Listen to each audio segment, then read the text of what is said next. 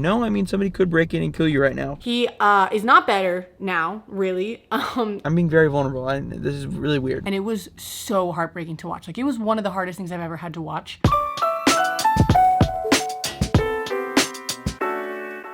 Hi guys, my name is Dani. Welcome to my channel. Today I'm gonna be talking about something that I've actually never talked about before, but it's something that me and my husband really wanted to share with you guys. So today I'm just gonna be kind of going throughout my day and telling you guys all about how my husband Emmyn has OCD and depression. So before I kind of start with the story, I just want to give you guys a quick description of what OCD and depression are in case you guys don't know or have never experienced it before. So OCD is basically characterized by obsessions and compulsions. It can be obsessions about pretty much anything, about cleanliness, about safety. There's all kinds of things that people obsess over. And then there's also compulsions, which is basically how people with OCD kind of like scratch that itch. It's almost like a reaction to the obsessive thought, from what I understand. Compulsions can be, you know, looking out the window, making sure nobody's outside your house, or turning your light switch on and off a bunch of times, or doing certain rituals and routines. Basically, they believe that they do these things in order to keep themselves safe from whatever it is that they're obsessing over or that they're scared of. I hope I do that justice. I'm sorry if I left some things out, but that's basically what it is. And then depression is a little bit more, you know, well-known. More people have probably experienced depression that are watching me, but it's basically just characterized by, you know, long-term feelings of hopelessness, even suicidal thoughts, thinking that nothing matters. It's very difficult to get out of that without the help of a therapist or medication and things like that. So now that you guys kind of understand what those two things are, let me just kind of take you back to before Emmyn and I were even dating, and before I even knew, or he really knew, that he had those things. So when I met Emmyn, then we were about 17 years old. And if you don't know Emmyn like super well, he's kind of the last person you would ever think to have OCD or depression. He's really outgoing, he's very vibrant and loud and kind of annoying sometimes. And he's very positive on the outside, he's very driven, he's very passionate. He's just not the kind of person that you would stereotype as someone who would have, you know, mental health issues per se. So when I first met him, I had no idea that any of this was going on in his brain. And he had never even really thought about any of this before. So he tells me that he started to really first feel depression when he went through a breakup right before we started dating. So Emmyn's kind of always struggled with his weight, and his weight has always been kind of a reflection of how he feels, you know, mentally, how bad his depression or OCD is. And so at that time, a girl broke up with him and he started gaining weight. He started getting a little bit more depressed. He wasn't focusing on his band so much, but he met me and we were falling in love. And so it was all kind of masked by some happy things, but he tells me that that was when he really started feeling depression for the first time. So we start dating and things start to get more and more serious. So I start to get to know him more and more. And I remember that when I first started kind of talking to him about, you know, my past relationships and different boyfriends that I had and people that I had hooked up with or whatever, just like crazy teenage stories or whatever, the stories started to get to him a lot more than it would usually get to somebody. Not because he was like jealous necessarily, but he started to tell me that he would like obsess over them. And I didn't really know anything about OCD. My dad has OCD, but not in the same way that my husband does as far as I'm concerned. So I didn't really know about this. So he told me that he would just think about me with other people, like in his brain all day long. And he didn't even say this to me in like a weird way. It wasn't like, oh, I just can't stop thinking about you. It was like he didn't want to tell me. It was very embarrassing for him. It was more like an intrusive thought. And he didn't even know what this was at the time, but that's what he was describing to me. I didn't even know what this was. So that's when I kind of started to think that something was up maybe, and that this was a little bit deeper than just, you know, normal relationship stuff. And then simultaneously, his depression that he had started feeling from that past breakup had started getting worse. So towards the end of 2018, when we were dating for a little bit longer, about December, that was when he really started gaining a lot of weight. And again, like I said, that's usually closely tied with his mental health. I remember he had a job and he quit his job. He has a band that he's very passionate about, and he's been passionate about since he was 14 years old. And he actually quit the band at the time. All of his band members left because he was just not being a great, you know, leader. And I remember sometimes I would hang out with him and he would just lay there staring at the wall. And he would be thinking these intrusive thoughts and feeling feelings of depression at the exact same time. And it was so heartbreaking to watch. Like, it was one of the hardest things I've ever had to watch. And I was, you know, 18 years old and I just started dating him, and I had no idea how to deal with this. Like, I had never experienced this in my entire life. And he never put it on me. He never asked me to fix him. He actually tried to hide it from me most of the time. And so after he kind of lost a lot of things in life, then I started to think, okay, maybe you have, you know, a problem. Maybe this is like OCD or something. And so I decided to Google it. I decided to Google relationship OCD. And I remember that we were laying in bed together at his house and he was having a really bad day. And I started reading about it and I was like, oh my God, this is you. This is exactly you. This is exactly what you've been describing to me. And he was like, oh, really? So this was like a whole new thing for him, okay? But it's getting really hot in this room, so let me go somewhere else and then we'll continue. So I've never filmed in this room before.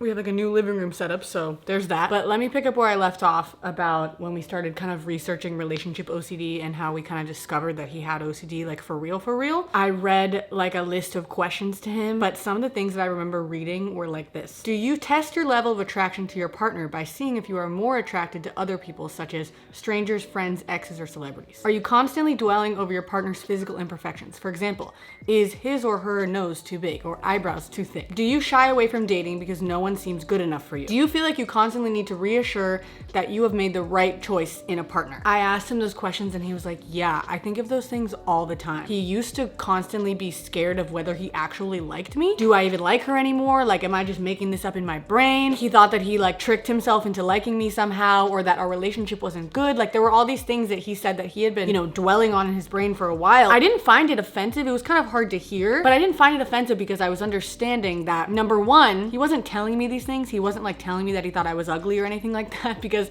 he didn't genuinely think that. It was just like something that he started to obsess over, and it starts to like make you question whether your reality is real or not. And I just kind of understood that that was OCD and it wasn't really him. Like, I started to kind of learn to differentiate between his OCD brain and his real brain, if that makes sense. So basically when that happened, end of 2018, then we figured out that he had OCD, and I kind of knew he was depressed. That was much more obvious, but he didn't really do anything about it. When you are depressed and when your life seems kind of hopeless and you just are down and everything that you have ever cared about seems to be going away, except, you know, this new relationship, which your brain seems to be kind of ruining for you, then it's understandable that you wouldn't want to, you know, go get help. You're not exactly motivated to do that. So he kind of just kept letting his life just get the best of him. And towards the end of 2019, we wanted to get married and we were going to move out together, and it still wasn't getting better. Like, he had gone to therapy once or twice and he found a therapist that he actually really, really liked, but he stopped going because, again, it's just like this general lack of motivation that he was feeling, while at the same time he was just being tormented by these obsessive thoughts. And his obsessive thoughts also started to get a lot worse about like people breaking into our house when we moved out, getting murdered. Like, that's his worst fear. And I really started to understand what his brain was like, and I started to have a lot of sympathy for him, even though I genuinely did not understand it at all. I tried to encourage him to go to therapy. We started going to the gym a little bit because, you know, exercise can help with your brain a lot, and if he lost a little bit of weight, he probably would start to feel a little bit better about himself, because, again, like I said, that's all kind of tied together for him in his head. And there were times when things started to get better and worse and better and worse, and it just kind of, you know,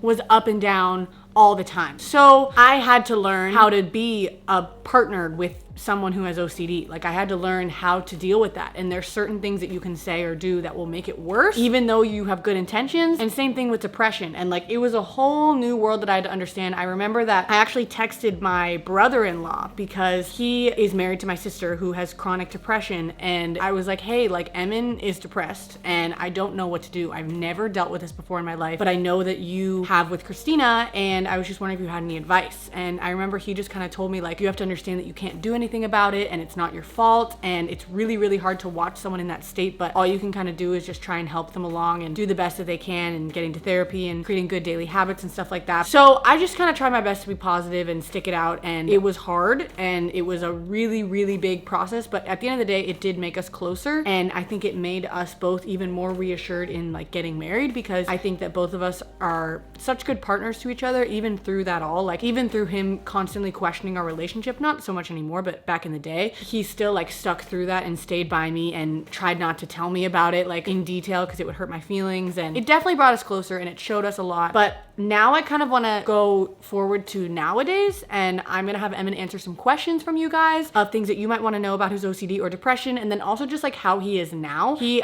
is not better now, really. It has kind of changed into some different things now, so I thought I would ask him kind of about that and let him share that with you guys, because he really wants to do that, but right now he's doing a live stream, so we'll get to that in a minute.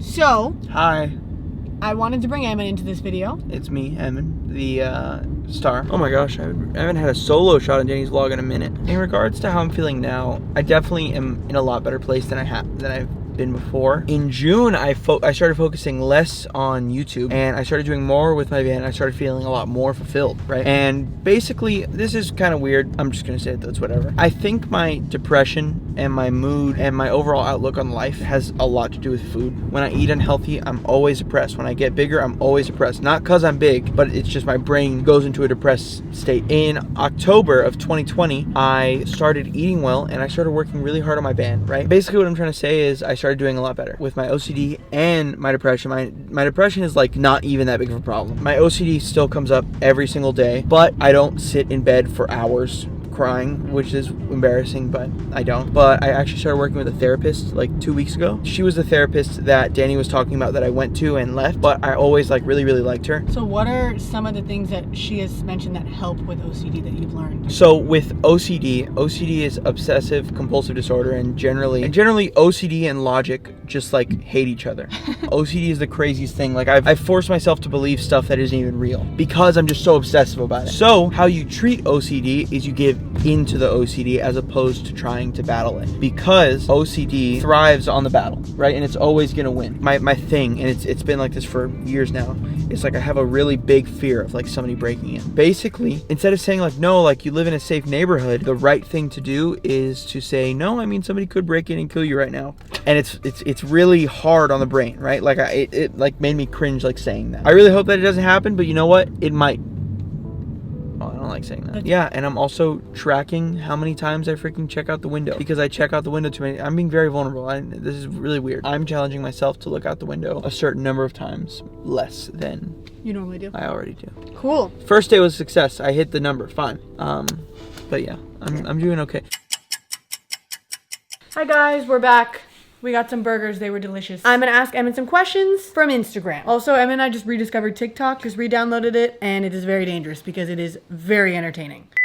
All right, first question. Did you ever have any moments in childhood that you were like, everybody thinks like this, right? And then years later you realized that they were OCD or depression symptoms? Not that everybody thinks like this, but I do remember things that I thought and didn't think twice about. In third grade, somebody told me like this horror story about a kid who came through the window at nighttime. And like I checked my window every night for like a long time, like years. Yeah, I realized like maybe like 2 months ago that was a little intense. Like a normal person without OCD probably wouldn't have thought about that for more than a day. Was it hard to be a good boyfriend for Dani while having OCD/depression? No, it still is, and it's something I battle all the time. But also being a husband is also like the half motivator, if that makes sense. You know, like I can't give in to that because I'm a husband, and I can't scare Dani, you know? All right, this question actually comes from your uncle, your Theo. But multiple people asked me this question, and it is, were you diagnosed by somebody? I don't know if he's concerned or something, but that's what he wants to know. Yes? No? Your therapist did. My therapist says I have OCD.